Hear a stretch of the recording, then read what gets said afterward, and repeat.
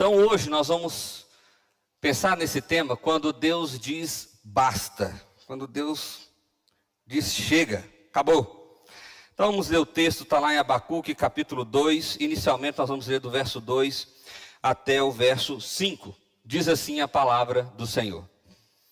O Senhor me respondeu e disse: escreva a visão, torne-a bem legível sobre tábuas, para que possa ser lida até por quem passe correndo.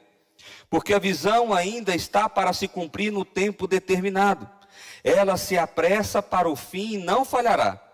Mas que pereça, mesmo que pareça demorar, espere, porque certamente virá. Não tardará. Eis que a sua alma está orgulhosa, a sua alma não tardará. Eis que a sua alma está orgulhosa, a sua alma não tardará. Mas o justo viverá pela sua fé. Assim como o vinho é enganoso, também o arrogante não se contém. O seu apetite é como a sepultura. Ele é como a morte, que nunca farta. Ele ajunta para si todas as nações e congrega todos os povos. Vamos orar?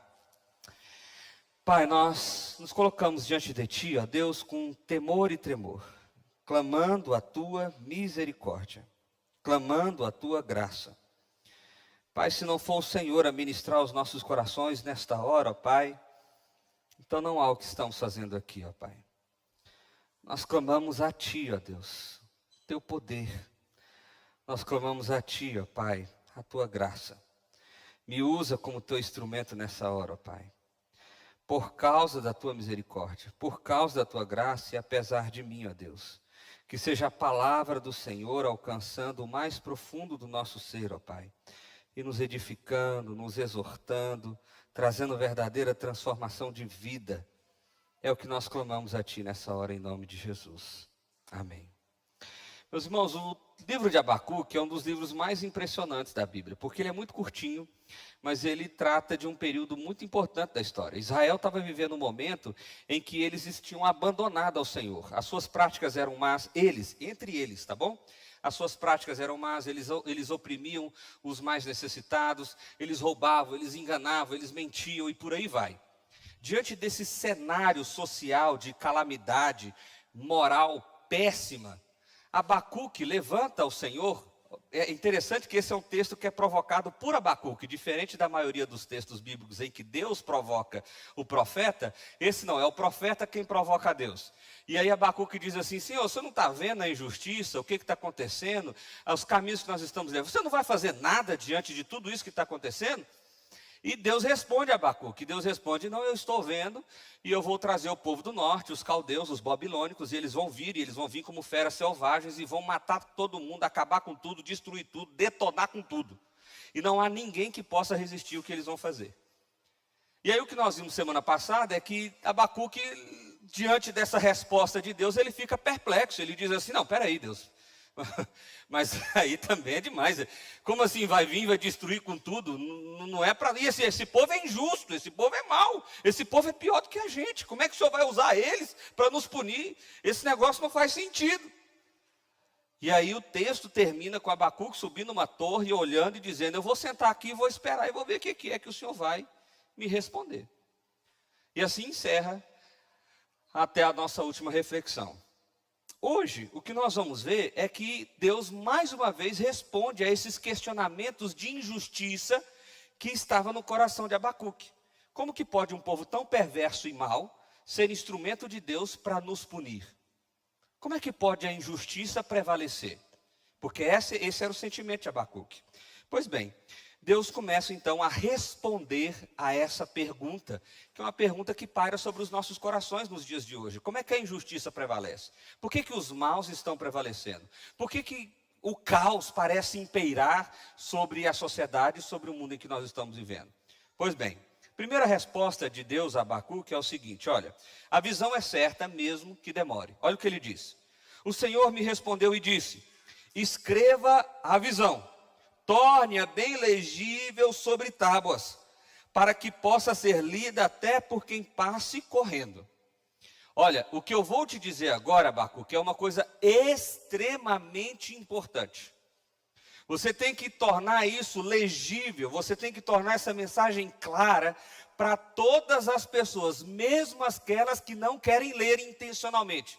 É como se Deus estivesse dizendo o seguinte: coloque um outdoor na entrada da cidade. Mas não é um outdoorzinho pequenininho, você coloca o maior que você puder. E escreva essa visão que eu vou dar a você. Todo mundo tem que saber disso. Todo mundo tem que saber disso. Verso 3: porque a visão ainda está para se cumprir no tempo determinado. Ela se apressa para o fim e não falhará. Mesmo que pareça demorar, espere, porque certamente virá e não tardará. O que Deus começa a descrever para Abacuque aqui, diante dessa resposta, é dizendo o seguinte: olha, eu tenho um propósito claro. Eu sei o que eu estou fazendo. E vai se realizar tudo o que eu desejo e tudo o que eu quero, no tempo certo. No momento certo. Não se preocupe, não vai falhar. Não corre o risco de não acontecer. Isso vai acontecer.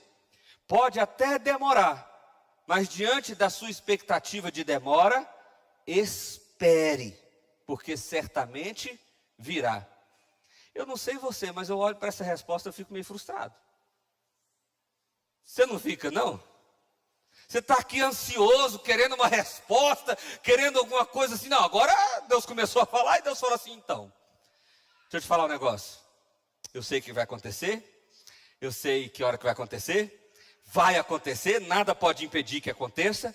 Então, para você, a única coisa que eu tenho para te dizer por enquanto é o seguinte: espera. Espera. Vai acontecer, espera. Você fala assim: não, mas a gente não quer saber que vai acontecer, a gente quer ver acontecer. É ou não é? A gente quer ver a coisa ser respondida, a gente quer ver a coisa ser solucionada. Então só esperar não é o suficiente. Mas Deus está dizendo: olha, coloca isso numa tábua bem grande e fala para todo mundo. Espera, confie no Senhor. Aqui basicamente Deus está dizendo três coisas. Confie na minha revelação. O que Deus está trazendo à memória de Abacuque não é só o cenário em que eles estão vivendo, mas é toda a história de redenção. O que Deus está mostrando para Abacuque ali é que ele é Deus não só daquele momento, mas é Deus de toda a história. Lá no início, desde quando ele chamou o povo e fez povo dele, desde quando ele caminhou com esse povo, apesar das várias turbulências no meio do caminho, até o fim. Confie nesse que tem guiado a história e é dono da história. Segundo, o tempo para que a justiça de Deus seja aplicada, o tempo para que os injustos sejam punidos, está determinado e vai acontecer. Mas não é nem por mim, nem por você. Vai acontecer.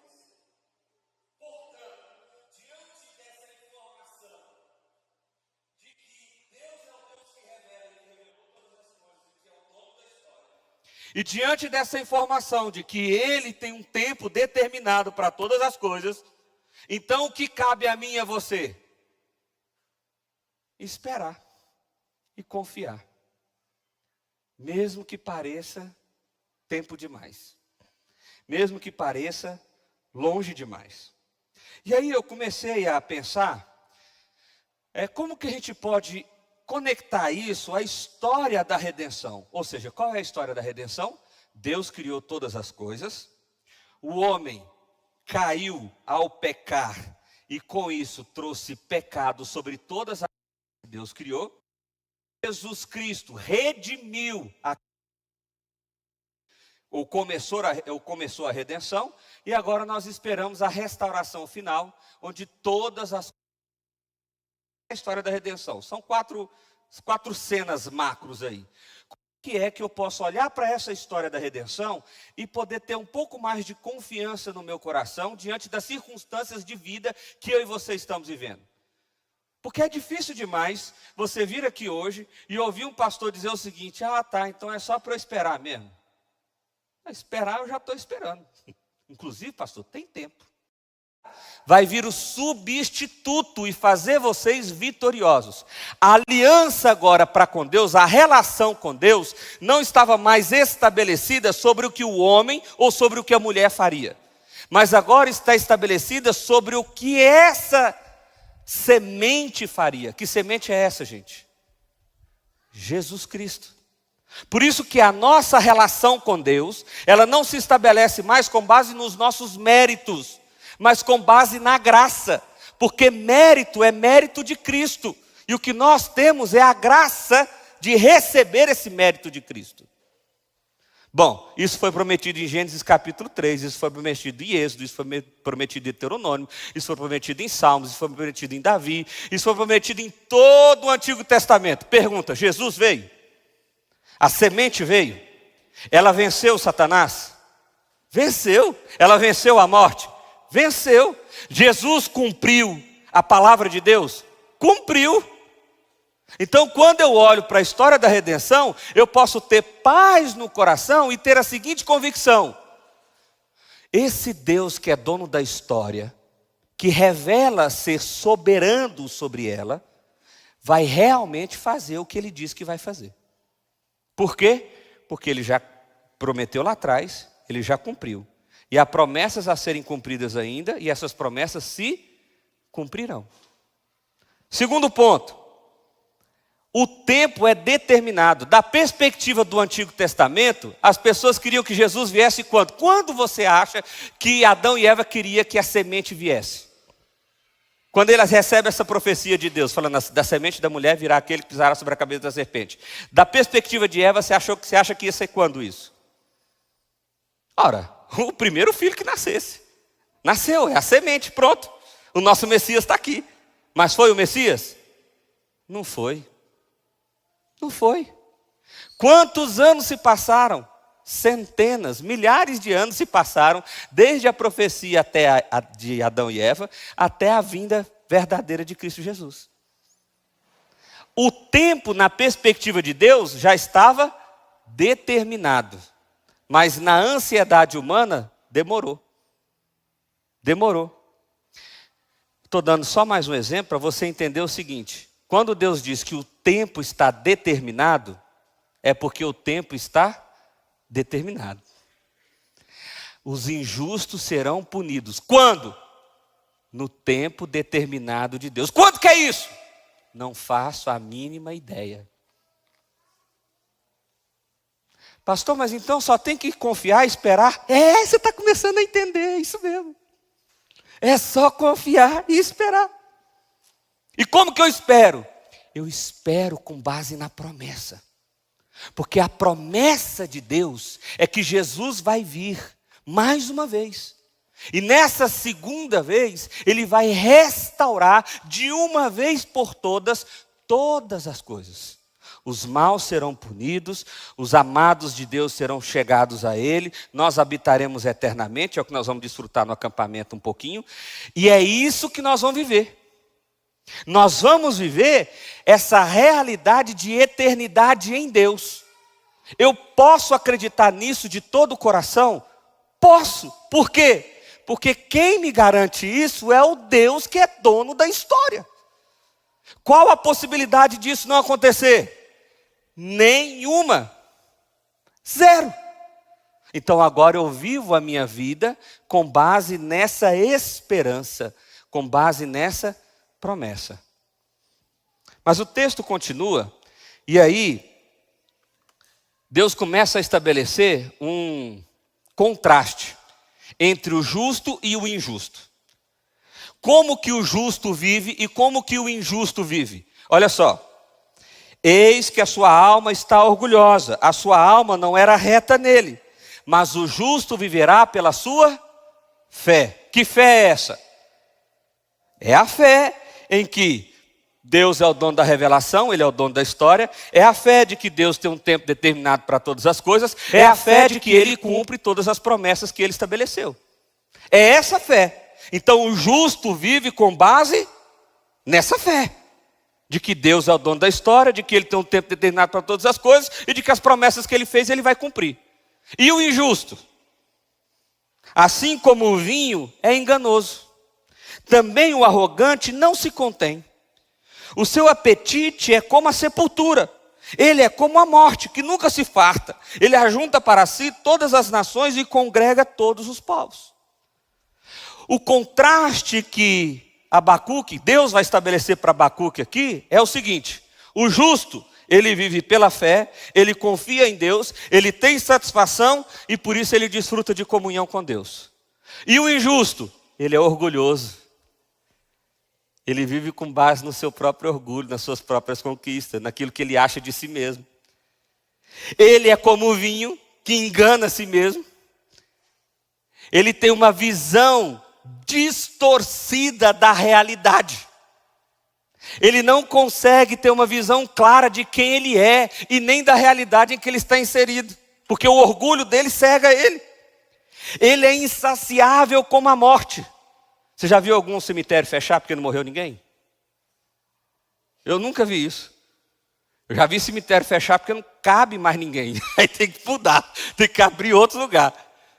A morte é insaciável, o que ele está dizendo é isso. O injusto, aquele que não vive pela fé, aquele que não confia em Deus, aquele que não confia a sua esperança nas promessas de Deus, ele vive com base no seu próprio mérito, com base das suas próprias conquistas. Mas qual é o problema? O problema é que isso é insaciável. E se você já teve conquistas na sua vida, você sabe o que eu estou dizendo. Em algum momento você pensou, quando eu casar eu vou ser feliz. Você casou. Não, agora quando eu tiver a casa que eu sonho, eu vou ser feliz. Você teve. Não, mas quando eu fizer a viagem que eu sonho, eu vou ser feliz. Você viajou. E o seu coração continua insaciável. Porque não há completude fora de Cristo. Não há satisfação fora de Deus.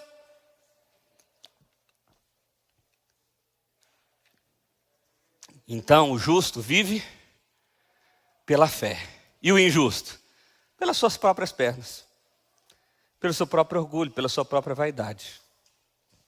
Aí você pensa assim, deixa eu trazer essa frase aqui de Dietrich Bonhoeffer, que é muito boa. Ele diz assim, esperar em Deus significa confiar que a justiça virá, mesmo que a estrada seja longa, pois Ele cumpre suas promessas no tempo exato. Aqui mais uma vez eu quero que você faça um exercício de imaginação de Abacuque recebendo essa resposta de Deus. E Abacuque está dizendo assim, Deus, então peraí, deixa eu ver se eu entendi. Eu estou aqui em cima da pilastra aqui, esqueci o nome do trem, gente, como é que é o nome do negócio lá? Estou aqui em cima da muralha aqui para ver, esperando a sua resposta. E você está dizendo para mim o seguinte então, que o justo vive pela fé, e que por causa disso a gente tem que confiar cegamente no Senhor, a gente tem que confiar naquilo que o Senhor já fez, e a gente tem que confiar naquilo que o Senhor vai fazer. Enquanto o injusto continua fazendo mal, continua vivendo com base no seu próprio orgulho. Tudo bem que ele se engana, mas ele está conquistando as nações, porque é isso que o Senhor diz aqui no verso. Ele é insaciável como a morte, ou seja, o injusto continua fazendo aquilo que não presta. Continua acabando com o mundo. E eu, o justo, vivo pela fé, me lascando. É isso? É como se Abacuque estivesse perguntando assim, Deus, como é que Deus pode permitir que pessoas ou sistemas corruptos e injustos prosperem enquanto inocentes sofrem? É como se Abacuque estivesse perguntando isso. Tá bom, Deus, eu confio em você. Mas nós temos um problema imediato. O problema é que esse povo continua fazendo o que não presta. Esse povo continua fazendo maldade. Aí Deus diz basta. E aí eu fiz o seguinte, eu vou ler todo o verso, todos os versículos, e queria que você acompanhasse essa leitura. Por quê? Porque depois eu vou explicar os 5 ais de Deus aqui. Diz assim, não é fato de que todos esses povos proferirão contra eles um provérbio, um dito de tom de zombaria? Eles dirão, ai daquele que acumula o que não é seu, até quando? E daquele que se enche de coisas penhoradas, será que não se levantarão de repente contra você os seus credores? Ou não despertarão aqueles que farão você tremer? Você lhe servirá de despojos, Visto que você despojou muitas nações, todos os povos que restaram virão despojá-lo. Porque você derramou muito sangue, cometeu violência contra a terra, contra as cidades e contra todos os seus moradores. Ai daquele que ajunta em sua casa bem mal adquirido.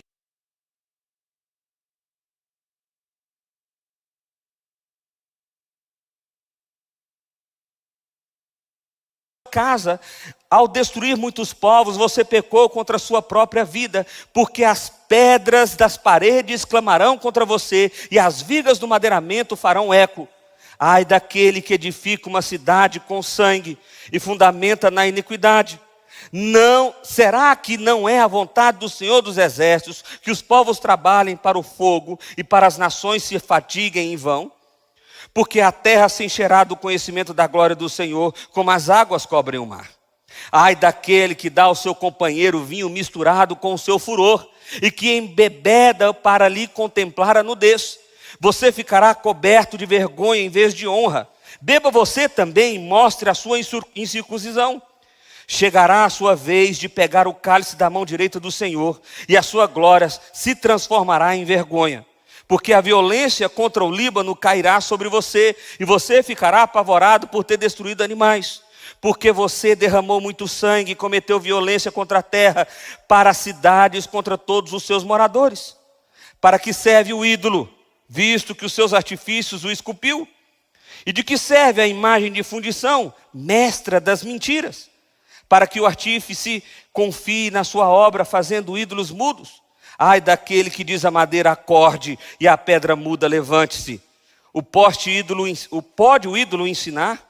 Eis que está coberto de ouro e de prata, mas no seu interior não há fôlego nenhum. O Senhor, porém, está no seu santo templo. Cale-se diante dele toda a terra.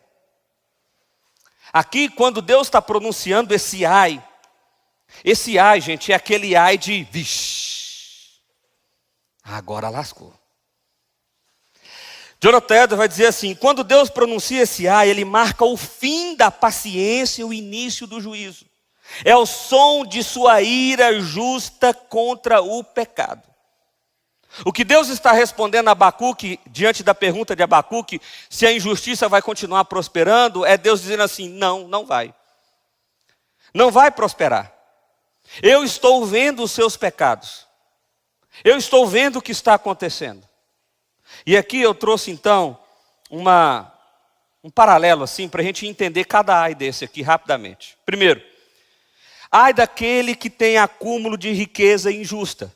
Ai daquele que rouba. Ai daquele que furta, engana para se fazer rico, para se fazer próspero. O que Deus está dizendo aqui é que é o seguinte: eu estou vendo a injustiça econômica que está acontecendo. E qual é a consequência disso? Aquilo que foi ganho injustamente será perdido, e os opressores colherão destruição. O juízo de Deus vai reverter essas fortunas que semearam exploração em ruína. Em ruína. Então Deus está dizendo assim: eu sei quem está oprimindo quem. Eu sei quem está explorando quem. Eu sei disso. E no tempo determinado, que tempo que é esse, gente? Não faço a mínima ideia. Mas no tempo determinado, não é que Deus vai resolver fazer, Ele já escreveu, Ele vai fazer. No tempo determinado de Deus, Ele vai aplicar juízo sobre essas pessoas. O segundo ai daquele contra a falsa segurança e o egoísmo, porque é muito interessante. Ele diz: aquele que pega dinheiro e rouba o dinheiro e tenta colocar o seu ninho no lugar seguro. O que ele está dizendo assim? Ai daquele que tem falsa segurança.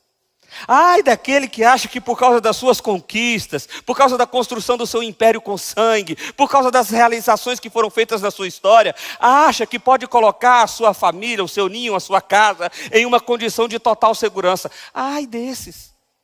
Ai desses. Por quê? Porque é inútil proteger a vida com riquezas ou com bens.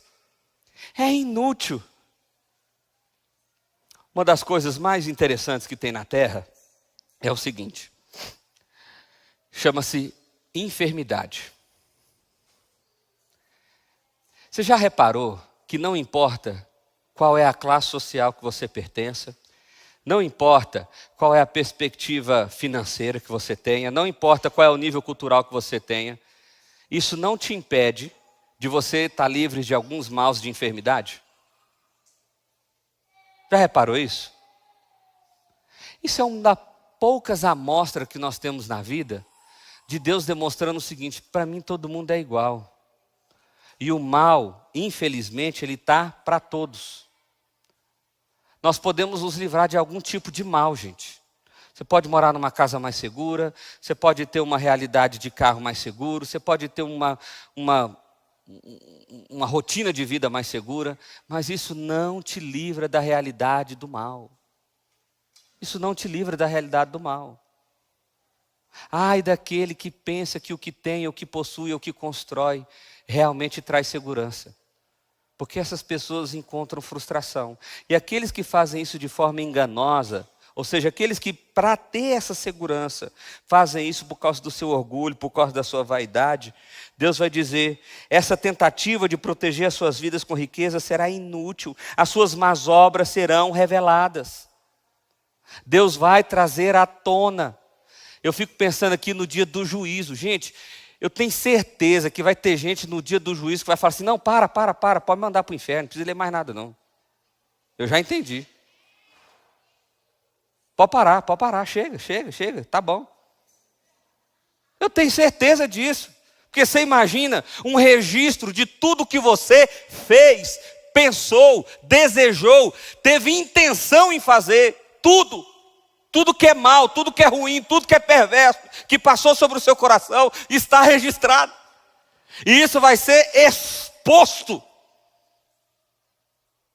diante de um Deus absolutamente santo. Eu fico imaginando o anjão lá. Então, quando ele tinha 2 meses, 3 dias de vida, ele fez isso.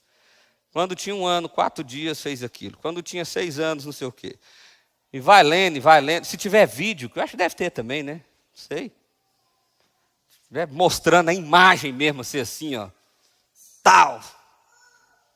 Cara, não vai chegar nos 10 anos. Nós vamos falar assim: não, pode parar. Eu lembro do trem que eu fiz com 18, que se aparecer aí, Jesus amado, pode não. Não há nada escondido aos olhos do Senhor.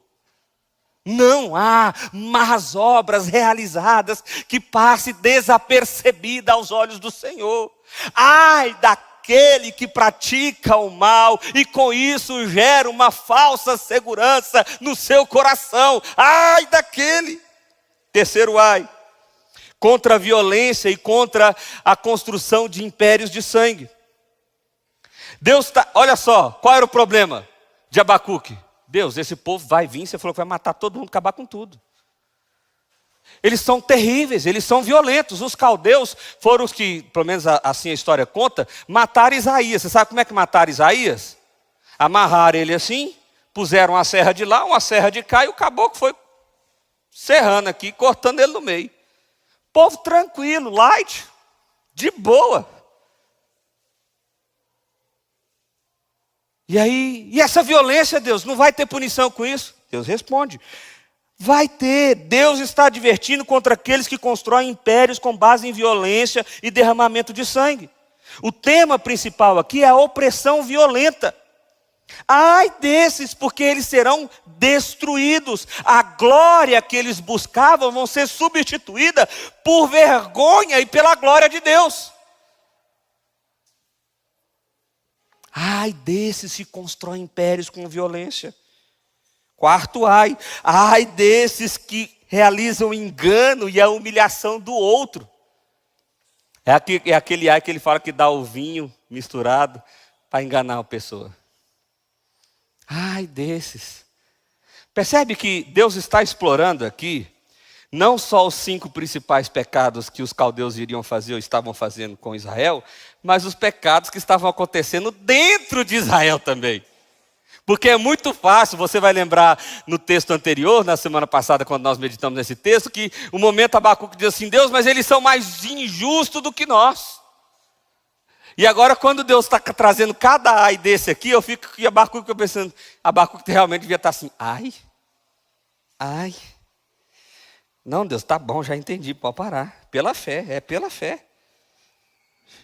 Chega, já entendi. Ai, eu entendi que você está vendo o meu pecado, eu entendi que você está vendo o pecado do meu povo, eu entendi que nada foge dos seus olhos santos. Eu estou entendendo, Deus. E o último ai, o ai da idolatria. Ai daquele que adora um poste ídolo, que tem ídolos que estão sendo colocados no lugar de Deus. Deus está advertindo contra a idolatria, condenando aqueles que confiam em ídolos de madeira, de metal, feitas por mãos humanas. Ai desses, a inutilidade desses ídolos vai ser exposta. Eles confiaram naquilo que não tem valor, e por isso serão envergonhados. E por isso serão envergonhados. Mas o Deus de toda honra e toda glória será exaltado para sempre. Resumindo, meu irmão, o justo vive pela fé. E a injustiça e o caos que está aparentemente avançando na terra, Deus está vendo tudo detalhadamente. E ai desses que praticam o mal, seja ele qual for. Deus irá puni-los. Quando? No tempo determinado. Mas na história, quando é que é isso? Não faço a mínima ideia. O que cabe a mim então? Confiar no Senhor. Porque Ele prometeu e cumpriu. E as promessas que Ele fez, Ele irá cumprir. Isso é viver pela fé. É confiar em Deus. Sendo assim, eu quero encerrar com 4 aplicações, que o calor agora já deu uma avançada boa. Primeiro, confie no tempo de Deus e viva pela fé. Assim como Deus prometeu cumprir a visão no tempo certo, Jesus veio na plenitude dos tempos para realizar a redenção. Espere com fé, espere com paciência, sabendo que o mesmo Deus que enviou o Cristo é fiel para cumprir as promessas que Ele fez. Submeta os seus planos de vida ao Senhor. Segundo, rejeite a ganância e a falsa segurança, porque tem gente que é assim. Não, eu confio em Deus, mas eu tenho um plano B aqui, pastor, porque vai que é muita gente, né? A gente não sabe, vai que Deus, né, esqueceu de mim. Então, eu estou garantindo só um pezinho de meia aqui para qualquer coisa. Não, meu irmão, confie em Deus plenamente. Abra mão do seu orgulho, da sua ganância, da sua falsa segurança. Jesus ensinou que onde estiver o nosso tesouro, aí também está o nosso coração. Em vez de confiar na segurança da riqueza, do poder, confie na provisão de Deus. Confie na provisão de Deus. E aí quando você confia em Deus, sabe como é que você vive? Com generosidade. Sabendo que a sua segurança não está naquilo que você tem. Sabendo que o que você tem é instrumento de bênção para a vida daqueles que estão ao seu redor. Você muda a perspectiva, o valor que você dá às coisas muda completamente. Porque eu confio em Deus. Você está entendendo aqui que a riqueza não é o pecado? Que o pecado é confiar na riqueza para você ter segurança? Você está entendendo isso? Você está entendendo isso em nome de Jesus? Amém? Não fala amém não, mas você está entendendo amém?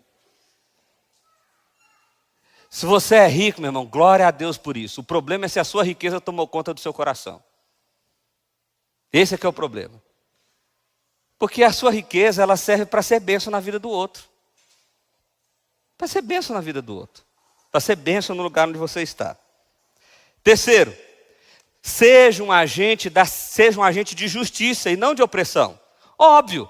Ora, se Deus está falando, ai daquele que age com violência, ai daquele que oprime os mais necessitados, o que você vai fazer? Ora, eu vou fazer o inverso. Jesus é o príncipe da paz e nos chama a amar o próximo e a lutar contra toda forma de injustiça. Assim como Cristo deu a vida pelos oprimidos, seja uma voz contra a injustiça e a violência em sua vida. Promova a justiça, paz nos relacionamentos, refletindo o caráter do Redentor, o caráter do Salvador, o caráter de Jesus. Quarto e último. Esse é o mais difícil, eu acho, sabia? destrua seus ídolos e adore somente a Deus. Aí você fala assim, não, pastor, isso para mim é tranquilo, eu não tenho ídolo nenhum na minha vida, não. Então, é porque nós temos a perspectiva de que um ídolo é algo que a gente possa ver assim, ó, tipo, esse celular é meu ídolo. Não necessariamente. Você sabia que você pode ser o seu próprio ídolo? O que você idealiza de você, o que você pensa sobre você. Então, o desafio do nosso coração é o seguinte: é ter Jesus como o único caminho para Deus. Qualquer coisa, preste atenção nisso aqui, qualquer coisa que ocupa o lugar de Deus no seu coração é idolatria. Como é que eu sei disso? A gente teve uma discussão pequena no grupo essa semana, muito legal. Então, a pergunta que o Tim Keller faz, que eu acho que faz muito sentido, que é o seguinte: o que se você perdesse hoje, faria com que você perdesse o seu propósito de vida? O que se você perdesse hoje, traria para você a sensação de que sua vida não tem mais sentido? A resposta dessa pergunta talvez seja um ídolo do seu coração. Aí você vai falar assim, não, mas é meu filho. Então é seu filho que é seu ídolo. O que você perdesse hoje, faria com que você perdesse o sentido da sua vida?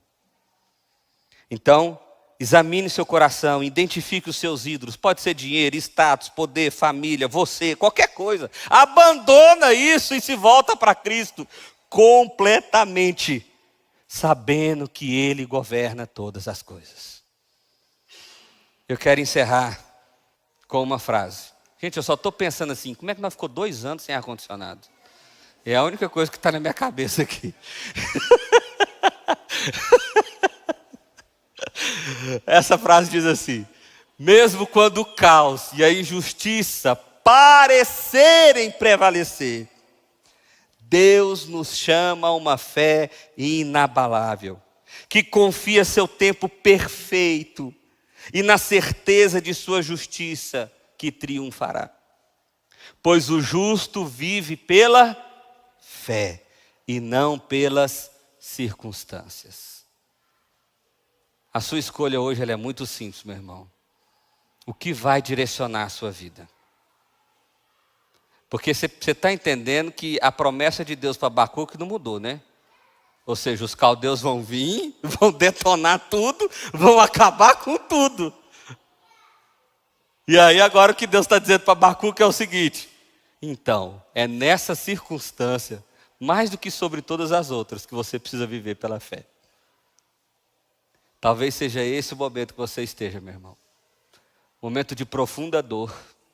Momento em que a família está dilacerada, em que os negócios não vão bem, em que a expectativa de futuro não é positiva.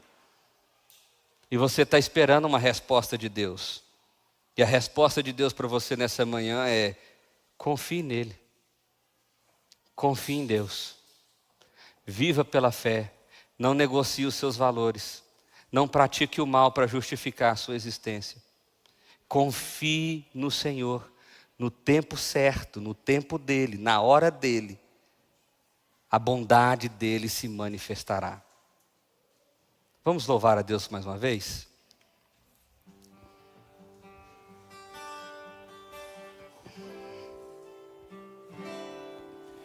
Cada vez que a minha fé é provada, tu me dás a chance de crescer um pouco mais. As montanhas e vales, desertos e mares que atravesso me levam pra perto de ti. Minhas provações não são maiores que o meu Deus e não vão me impedir de caminhar. Se diante de mim não se abrir o mar, Deus vai me fazer andar, pois sobre as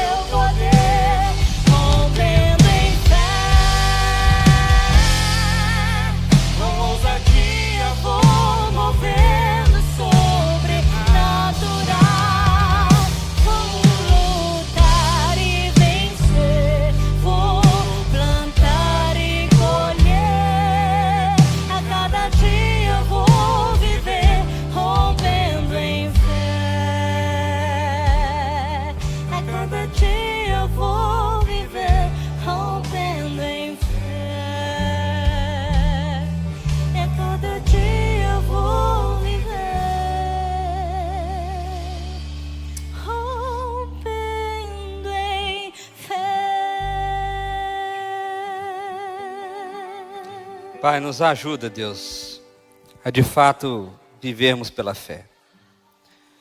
Nos ajuda, Senhor, a não sermos conduzidos pela nossa ganância, pelo nosso orgulho, pela nossa falsa segurança ou pelos ídolos do nosso coração, ó Pai.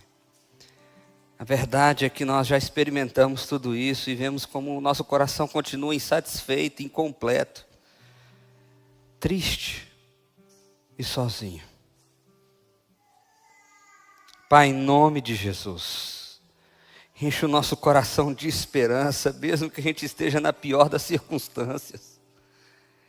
Enche o nosso coração de alegria, Deus, mesmo que a gente não olhe para o amanhã com esperança. Nos ajuda a confiar em Ti, ó Pai. Saber que o Senhor é o dono da história. Saber que o Senhor tem um tempo determinado para todas as coisas. Sabendo que o Senhor é justo e aplicará a sua justiça. Sabendo que o Senhor é bom e nos envolve com a tua bondade e misericórdia, Pai. E que essas verdades arraigadas em nossos corações, ó Pai, possam gerar uma vida de plena confiança em Ti. E assim a gente possa ter uma vida mais leve. Onde as nossas famílias, especialmente aqueles que estão mais próximos, ó Pai, possam deixar de ver um coração ranzinza, amargurado, um coração que tem ofendido, ó Pai, para encontrar um coração leve, alegre, que ministra paz e não dor. Pai, nos ajuda a viver pela fé. Nos enche da sua fé, ó Pai. Pai, eu quero colocar diante do Senhor cada família aqui, ó Pai. Obrigado por esse dia em que nós celebramos o Dia das Crianças e pudemos tantas crianças aqui, ó Pai. É sinal da bênção do Senhor, da bondade do Senhor. Que essas crianças, ó Pai, não estejam só numa programação, mas estejam aprendendo a verdade do Senhor e sendo apaixonadas pela igreja do Senhor, pelo reino do Senhor, pela verdade do Senhor, para que elas possam viver com base na fé que tem no Senhor, ó Pai. Abençoe os nossos lares, ó Deus. Abençoe as nossas famílias. Restaure corações que estão quebrantados e doídos, ó Deus. Nós clamamos assim a tua bênção. E que agora a graça do Senhor Jesus, o amor de Deus e eterno Pai, e as consolações do Santo Espírito de Deus, repouse sobre todos nós e todo o povo do Senhor reunido sobre a terra, hoje e por todo sempre. Amém, amém e amém. Meu irmão, lá no fim, na saída, você que fez sua inscrição do acampamento, você vai poder confirmar lá, tá bom? Eventualmente você quer ir de barraca, tem também. Você quer ir para a sala de espera lá, para a lista de espera, vai lá também, confirma com o pessoal. Tenha um ótimo domingo, cheio da graça do Senhor Jesus. Até 6h30, com o nosso segundo culto. Deus abençoe muito.